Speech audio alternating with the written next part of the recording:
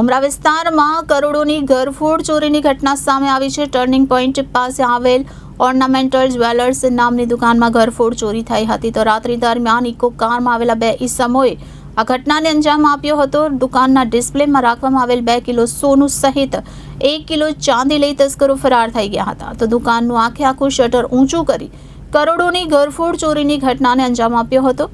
ઉમરા police સહિત Surat crime બ્રાન્ચની team ઘટના સ્થળે પહોંચી હતી। સીસીટીવી ફૂટેજમાં સમગ્ર ઘટના કેદ થઈ જવા પામી છે। જો કે તસ્કરો ડીવીઆર પણ લઈ જઈને ફરાર થઈ ગયા હતા। તો પોલીસે વધુ તપાસ હાથ ધરી છે અને કોઈ જાણ પીધું હોવાની શંકા વ્યક્ત કરી છે। સુરતમાં કરોડોની ચોરીની ઘટના સામે આવી હતી, જેમાં ઉમરા વિસ્તારમાં કરોડોની ઘરફોડ ચોરીની ઘટના બની હતી। તો ટર્નિંગ પોઈન્ટ પાસે આવેલ ઓર્નામેન્ટલ જ્વેલર્સ નામની દુકાનમાં ઘરફોડ ચોરી થઈ હતી। તો રાત્રિ દરમિયાન ઇકો કારમાં આવેલા બે ઈસમોએ આ ઘટનાને અંજામ આપ્યો હતો।